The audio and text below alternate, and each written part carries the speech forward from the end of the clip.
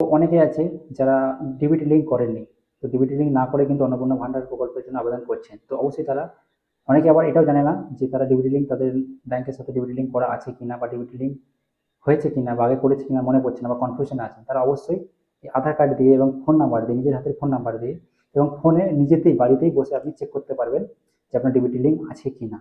তো চলুন আমি আপনাদের সোজাভাবে সিম্পলভাবে দেখিয়ে দেবো ডিবিটি লিঙ্ক কীভাবে চেক করতে হবে। প্রথমে গুগল ওপেন করতে হবে। গুগল থেকে যে সার্চ বাটনে লিখতে হবে এনপিসিআই।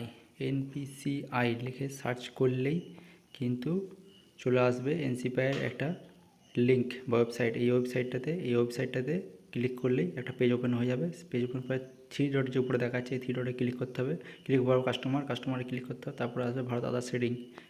এই শেডিংয়ে ক্লিক করলে এখানে চলে আসবে, কিছুক্ষণ পরে একটা পেজ ওপেন হবে। এই পেজে গিয়ে আধার ম্যাপ স্টেটাস এখানে ক্লিক করার পর এই যে দেখুন আধার নম্বর, নিজের আধার নম্বর কার্ডটা যা চেক করবেন সেই আধার নম্বর কার্ডটা লেখার পর টাইপ করার পর এখানে দেবে ক্যাপচা কোড। এই ক্যাপচা কোড লিখে টাইপ করার পর দিয়ে লিখতে হবে চেক স্ট্যাটাস। চেক স্ট্যাটাসে করার পর একটা ফোনে একটা ওটিপি আসবে, মোবাইল নাম্বার যে আধার লিঙ্ক আছে সেই ওটিপি আসার পর ওটিপিটা এখানে কনফার্ম করতে হবে। কনফার্ম করার পর